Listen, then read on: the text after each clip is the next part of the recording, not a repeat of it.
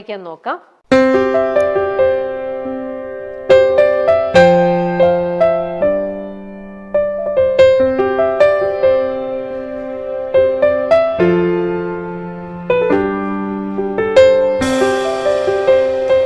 ഒരു തരത്തിലുള്ള ഒരു ആഡംബരങ്ങളും ഒന്നുമില്ലാതിരുന്ന ഒരു കല്യാണം.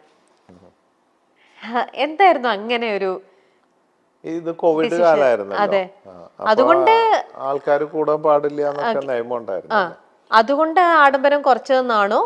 അല്ല, അപ്പൊ അത് ആ സമയത്ത് അങ്ങനെ ചെയ്യാൻ പറ്റില്ല എന്നുള്ളതുണ്ട്. പിന്നെ ഇന്നത്തെ കാലത്തായിരുന്നെങ്കിൽ കഴിഞ്ഞിട്ട് വേറെ സമയത്ത് ഇതിന്റെ പാർട്ടി വെക്കണം എന്നൊക്കെ പറഞ്ഞെങ്കിലും മകൾക്ക് അങ്ങനെ വലിയ താല്പര്യമില്ല. സ്വർണ്ണിടാനോ വലിയ പാർട്ടി നടത്താനോ അങ്ങനത്തെ ഒന്നും താല്പര്യമില്ല.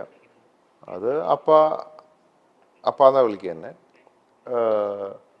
എന്താന്ന് വെച്ചാൽ ചെയ്തോ, കുറച്ച് പാവങ്ങൾക്ക് കൊടുക്കുക, കുറച്ച് പാവങ്ങളുടെ കല്യാണം നടത്തി. അപ്പൊ പിന്നെ അങ്ങനെ ഒരു സമൂഹ വിവാഹം നടത്തിയാലോ എന്നൊക്കെ ആലോചിച്ചിരുന്നു. കുറെ പേർക്ക് 10 പവൻ വെച്ച് കൊടുത്തിട്ട് ഒരു 101 പേരെ വിളിച്ചിട്ട് ആളുടെ ഒപ്പം എല്ലാവരും കൂടെ ഒരു അങ്ങനെയൊക്കെ ആലോചിച്ചു. ആ കോവിഡ് ടൈമൊക്കെ ആയതുകൊണ്ട് അതൊന്നും പറ്റിയില്ല, സാധിച്ചില്ല. അങ്ങനെ ഉള്ള ഒരു ഇതാണ്. ഓക്കെ. അപ്പൊ ഇങ്ങനത്തിലുള്ള കല്യാണങ്ങൾക്ക് പോകുമ്പോഴും എവിടെ പോയാലും എപ്പോഴും ബോച്ചയുടെ ഒരു കോസ്റ്റ്യൂം എന്ന് പറയുന്നത് ഇതാണ് അല്ലേ? എന്ത് അപ്പൊ ഈ ഒരു കോസ്റ്റ്യൂമിന് മൊത്തത്തിൽ പറഞ്ഞു കഴിഞ്ഞാൽ നടിക്കെതിരെ ലൈംഗിക അധിക്ഷേപം നടത്തി എന്ന പരാതിയിൽ കസ്റ്റഡിയിൽ എടുത്തതിന് പിന്നാലെ താൻ തെറ്റ് ചെയ്തിട്ടില്ലെന്ന പ്രതികരണവുമായി ബോബി ചെമ്മണ്ണൂർ. കേസിലെ അറസ്റ്റ് നടപടികൾക്കായി പോലീസ് സംഘം ബോബി ചെമ്മണ്ണൂരിനെ എറണാകുളം സെൻട്രൽ പോലീസ് സ്റ്റേഷനിൽ എത്തിച്ചപ്പോഴായിരുന്നു അദ്ദേഹത്തിന്റെ പ്രതികരണം. നടി ഹണി റോസിന്റെ പരാതിയിൽ കേസെടുത്ത എറണാകുളം സെൻട്രൽ പോലീസ് ബുധനാഴ്ച രാവിലെയാണ് ബോബി ചെമ്മണ്ണൂരിനെ വയനാട്ടിൽ നിന്ന് കസ്റ്റഡിയിലെടുത്തത്. വയനാട്ടിലെ ഫാം ഹൌസിൽ നിന്ന് കാറിൽ പുറത്തേക്കിറങ്ങിയപ്പോൾ പുറത്ത് കാത്തിരുന്ന പോലീസ് സംഘം കാർ വളഞ്ഞ് ബോബിയെ കസ്റ്റഡിയിൽ എടുക്കുകയായിരുന്നു. കേസെടുത്തതിന് പിന്നാലെ ഒളിവിൽ പോകുകയോ മുൻകൂർ ജാമ്യത്തിന് ശ്രമിക്കുകയോ ചെയ്യുന്നത് തടയാനായിരുന്നു പോലീസിന്റെ ഈ അതിവേഗ നീക്കം. ഫാം ഹൌസിൽ നിന്ന് കസ്റ്റഡിയിലെടുത്ത ബോബിയെ പിന്നീട് AR ക്യാമ്പിലേക്കാണ് കൊണ്ടുപോയത്. അവിടുന്ന് പോലീസ് സംഘം കൊച്ചിയിലേക്ക് തിരിച്ചു. ബുധനാഴ്ച വൈകിട്ട് 7 മണിയോടെയാണ് ബോബി ചെമ്മണ്ണൂരുമായി പോലീസ് സംഘം കൊച്ചിയിലെത്തിയത്. ബോബിയെ കൊണ്ടുവരുന്നതറിഞ്ഞ മാധ്യമപ്രവർത്തകരും ജനങ്ങളും പോലീസ് സ്റ്റേഷന് സമീപം ഉണ്ടായിരുന്നു. തുടർന്ന് തിരക്കിനിടയിലൂടെ പോലീസ് പ്രതിയെ പുറത്തിറക്കി സ്റ്റേഷനകത്തേക്ക് കൊണ്ടുപോയി. ഭാരതീയ ന്യായ സംഹിതയിലെ 75-ാം വകുപ്പ്, IT ആക്ടിലെ 67 വകുപ്പ് എന്നിവ പ്രകാരമാണ് ബോബി ചെമ്മണ്ണൂരിനെതിരെ പോലീസ് കേസെടുത്തിരിക്കുന്നത്. എറണാകുളം സെൻട്രൽ സ്റ്റേഷനിൽ എത്തിച്ചതിന് പിന്നാലെ പോലീസ് പ്രതിയുടെ അറസ്റ്റ് രേഖപ്പെടുത്തി. ബോബി ചെമ്മണ്ണൂരിന്റെ മൊബൈൽ ഫോണും പോലീസ് കസ്റ്റഡിയിലെടുത്തതായി സൂചനയുണ്ട്. ഫോൺ ഫോറൻസിക് പരിശോധനയ്ക്ക് വിധേയമാക്കിയേക്കുമെന്നാണ് വിവരം. അതിനിടെ കേസിലെ പരാതിക്കാരിയായ നടി ഹണി റോസ് ബുധനാഴ്ച വൈകിട്ട് കോടതിയിലെത്തി രഹസ്യമൊഴി നൽകിയിരുന്നു. Ernakulam first class judicial magistrate കോടതിയിലെത്തിയാണ് നടി രഹസ്യമൊഴി നൽകിയത്. കേസിൽ ബോബി ചെമ്മണ്ണൂരിന് ജാമ്യം ലഭിക്കാതിരിക്കാനാണ് പോലീസ് നടിയുടെ രഹസ്യമൊഴി രേഖപ്പെടുത്തിയത്. ബോബി ചെമ്മണ്ണൂരിനെ കസ്റ്റഡിയിലെടുത്തതിന് പിന്നാലെ പോലീസ് നടപടിയിൽ ഹണി റോസ് നന്ദി അറിയിച്ചു. കേരള സർക്കാരിനും മുഖ്യമന്ത്രി പിണറായി വിജയനും കേരള പോലീസിനും താനും തന്റെ കുടുംബവും ഹൃദയം നിറഞ്ഞ നന്ദി അറിയിക്കുന്നു എന്നായിരുന്നു ഹണി റോസിന്റെ പ്രതികരണം. ഇപ്പൊ കുറച്ച് ഡിസൈൻ ചെയ്ത് ഞങ്ങൾക്ക് ഒരു ഗാർമെന്റ് ഫാക്ടറി ഉണ്ട് തിരുപ്പൂര്. അപ്പൊ അവിടെ പല സാധനങ്ങളുണ്ട്, എക്സ്പോർട്ട് ചെയ്യുന്നുണ്ട്, പലതും ഫിജി കാർഡിലേക്ക് ഉണ്ടാക്കുന്നുണ്ട്. അപ്പൊ അവിടേക്കൊക്കെ വേണ്ടിയിട്ട് ഇനിയിപ്പോ ഇത് കുറെ പേര് ഇത് ആവശ്യപ്പെടുന്നുണ്ട് ഇങ്ങനത്തെ മുണ്ട്. അപ്പൊ അതിനുവേണ്ടി അവിടെ ഉണ്ടാക്കാൻ വേണ്ടിയിട്ടുള്ള സാമ്പിൾസ് ചെയ്യിച്ചിട്ടുള്ളതാണ്. അപ്പൊ ഇതിപ്പോ ചെയ്തതാണോ ഈ ഒരു റൈറ്റിംഗോട് കുറച്ചായിട്ടുള്ളൂ ഇപ്പൊ? ഓക്കെ. മറിനോട് കണ്ടോ ഇപ്പൊ ഇങ്ങനെ ഒരു സാധനം മുണ്ടിൽ ഇങ്ങനെ ചെയ്തതും ഈ ഒരു ഡിസൈൻ ഉള്ള സമയത്തില്ല, ആ സമയത്ത് പ്ലെയിനാ. നിങ്ങൾ തമ്മിലുള്ള ഫ്രണ്ട്ഷിപ്പ് എന്ന് പറയുമ്പോൾ നിങ്ങൾ ഒരുമിച്ചുള്ള കുറെ ഫോട്ടോസും കുറെ കാര്യങ്ങളും ഇതെല്ലാം അന്ന് പബ്ലിഷ് ചെയ്യുന്നുണ്ടായിരുന്നല്ലോ. അപ്പൊ ഇങ്ങനത്തെ ഒരു യുണീക്ക് ഒരു ഐഡിയ ഞാൻ ചെയ്യുന്നതില് അങ്ങനെ ഒരു അങ്ങനെ എനിക്ക് ഫുൾ ഫ്രീഡം തന്നുണ്ട്, വളരെ ക്ലോസ് ആണ്. അപ്പൊ ഞാൻ പലതും ചെയ്യാറുണ്ട്. അങ്ങനെ അയച്ചു കൊടുക്കും സോഷ്യൽ മീഡിയയിൽ. അപ്പൊ ആളിങ്ങനെ സൈനൊക്കെ ഇട്ടിട്ട് അയക്കും. വളരെ നല്ല ക്ലോസ്. കാരണം ഒരുപാട് നിങ്ങൾ ഒരുമിച്ചുള്ള ഫോട്ടോസ് ഒക്കെ എല്ലാത്തിലും തന്നെ യൂസ് ചെയ്യുന്നുണ്ടല്ലോ, അതുകൊണ്ട് തന്നെ ഇത് ഓക്കെ. ഇനിയിപ്പം ഈ ഹെഡ് ബാൻഡ് വെച്ചിരിക്കുന്നതിന്റെ ഇതോ ബോച്ചെന്നും പറഞ്ഞിട്ടുണ്ട്. ഇത് ഈ യാചകയാത്ര തുടങ്ങിയപ്പോ ഈ മുടി ഇങ്ങനെ പാറ് ഒരു മൊത്തക്കൊക്കെ വരുമല്ലോ, അപ്പൊ ബുദ്ധിമുട്ടാ. അപ്പൊ ഞാന് ഈ ബാൻഡും പിന്നെ ഇവിടെ ഇതും അതെന്താ അത് ഈ മുടി വെക്കുന്നത് കണ്ടിട്ടില്ലേ? ബിഗ് അല്ല, ഈ എന്താ ഹെയർ ബാൻഡ്.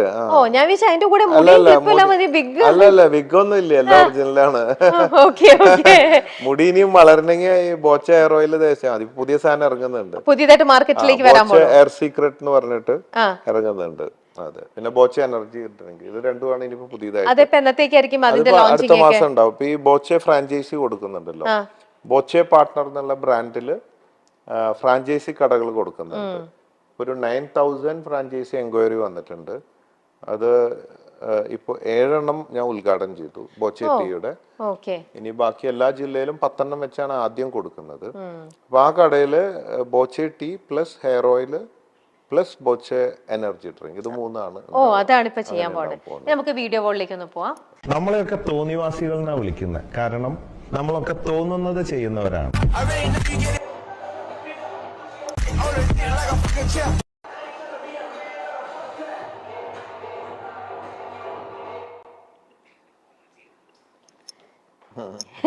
എന്താ ബോച്ചയുടെ അതിനകത്ത് തന്നെ എഴുതി വെച്ചിരിക്കണത് തോന്നിവാസി. അത് നമ്മള് തുടക്കത്തിൽ നമ്മൾ ഇന്റർവ്യൂവിന്റെ തുടക്കത്തിൽ അതിനെ കുറിച്ച് ബോച്ച ഒന്ന് ഹിന്റ് ചെയ്തിരുന്നു, നമുക്ക് തോന്നുന്നത് ചെയ്യുന്നത് കൊണ്ടാണല്ലോ എന്നുള്ളത്. അതെ, ഇങ്ങനത്തെ ഓരോ ഐഡിയാസും ഇതൊക്കെ എങ്ങനെയാ പെട്ടെന്ന് ഇങ്ങനെ എന്തെങ്കിലും തോന്നുമ്പം അങ്ങനെ ഒരു ഇത് ചെയ്യാം അപ്പൊ തന്നെ പ്രീ പ്ലാൻഡ് അല്ല ഒന്നും. ഇതിപ്പോ അവിടെ പോയി ഒരു എസ്റ്റേറ്റ് അവിടെ ഇങ്ങനെ കറങ്ങി കമ്പനിയൊക്കെ അടിച്ച് നോക്കുമ്പോ അവിടെ ജീപ്പൊക്കെ ഉള്ള പിള്ളേരുണ്ട്, ഇങ്ങനെയൊക്കെ പോണ അവരുണ്ട്. അപ്പൊ അവരെടുത്ത് ഇങ്ങനെ യാത്ര ചെയ്ത് ഇങ്ങനെയൊക്കെ ചെയ്യണ കണ്ടപ്പോ അതിൽ കയറിയിരുന്ന് അങ്ങനെ ആ നേരത്തെ തോന്നുന്ന ഓരോന്നും അപ്പൊ തോന്നി അതങ്ങ് ചെയ്യുന്നു. നിമിഷകവി. അപ്പൊ അങ്ങനെയാണെങ്കിൽ ഇപ്പൊ ബോച്ചയുടെ ആ ഒരു ആക്ഷനും ഇതെല്ലാം കണ്ടു കഴിഞ്ഞിട്ട് ബോച്ച തന്നെ അത് വെൽക്കം ചെയ്യുന്നു. ആ ഒരു ടൈറ്റിൽ വന്നിരിക്കുന്നത് തോന്നിവാസി എന്ന് പറഞ്ഞിട്ട് ഒരു ടൈറ്റിലാണ്. ഞാൻ ഇതേപോലെ തന്നെ ഞാൻ വേറെ കുറച്ച് ആർട്ടിസ്റ്റുകളുടെ പേര് പറയാം. അപ്പൊ അവർക്ക് പറ്റുന്ന ഇതേപോലത്തെ ഒരു ടൈറ്റിൽ പെട്ടെന്ന് മാച്ച് ചെയ്യുന്നുള്ളവരെന്ന് പറയാമോ? അവർക്ക് പറ്റുന്ന ടൈറ്റിൽ, അവരുടെ പേരിന് മാച്ച് ചെയ്തിട്ടുള്ള ഒരു ടൈറ്റിൽ. സിനിമാക്കാരുടെ ആണോ? സിനിമാക്കാരുടെ. ഈ സിനിമാക്കാരായിട്ടുള്ള അടുപ്പം കളയണോ ഞാൻ? അങ്ങനെ ഒന്നുമില്ല, വെറുതെ ഇതായിട്ട് നോക്കാം, പറ്റുന്നാളെ പറയാലേ പറയില്ല. അപ്പൊ ആദ്യത്തെ സുരേഷ് ഗോപി എന്തായിരിക്കും ഒറ്റ ഇതേപോലെ ഒരു ടൈറ്റിൽ കൊടുക്കാനാണെങ്കിൽ എന്ത് ടൈറ്റിലായിരിക്കും സിനിമയ്ക്കാണോ? അല്ലല്ല, സുരേഷ് ഗോപി. ഇപ്പൊ കണ്ടോ, നമ്മളിപ്പോ ബോച്ചയ്ക്ക് തോന്നിവാസി എന്ന് പറഞ്ഞൊരു ടൈറ്റിൽ കണ്ടില്ലേ? അതേപോലെ സുരേഷ് ഗോപി എന്ന് പറയുകയാണെങ്കിൽ ബോച്ച എന്ത് ടൈറ്റിലായിരിക്കും അദ്ദേഹത്തിന് കൊടുക്കുന്നുണ്ടാവുക? ഞാനത് അങ്ങ് എടുക്കുകയാണ്, അങ്ങനെ പെട്ടെന്ന് പുള്ളിയെ കുറിച്ച് വരുന്നത്. അതൊരു സെന്റൻസ് ആയില്ലേ, ഒരു ടൈറ്റിൽ ഇതേപോലെ ഒരു ഒരൊറ്റ വാക്ക്, ഒരു എക്സാമ്പിൾ പറഞ്ഞ ഇപ്പൊ തോന്നിവാസി ബോച്ചേടനകത്ത് കണ്ടോ, ആക്ഷനിൽ ആ പിക്ചറിൽ വന്നപ്പോ അവിടെ തോന്നിവാസി അതായിരുന്നു അതിന്റെ ടൈറ്റില്. അതേപോലെ സുരേഷ് ഗോപി വന്ന് നിൽക്കുകയാണെങ്കിൽ അദ്ദേഹത്തിന് എന്തൊരു ടൈറ്റിൽ ആയിരിക്കും? ഞാൻ പറയാൻ ഉദ്ദേശിക്കുന്നില്ല, പറയണ്ട. ഓക്കെ, ശരി. കാരണം അതൊക്കെ നമ്മൾ ഈ എല്ലാവരുമായിട്ടും ഫ്രണ്ട്ലി ആയിട്ട് പോകുന്നോണ്ട്. അല്ല, ഞാൻ തമാശക്ക് പറയാം, ആൾക്കും തമാശയായിട്ട് എടുക്കാൻ പറ്റുമായിരിക്കാം. എന്നാലും ചിലപ്പോ ആൾക്കാരാവും ഇത് ചൊറിഞ്ഞോണ്ടിരിക്കുക. സെൻസ് ഉള്ളവർക്കൊക്കെ അങ്ങോട്ടും ഇങ്ങോട്ടും മനസ്സിലാവും.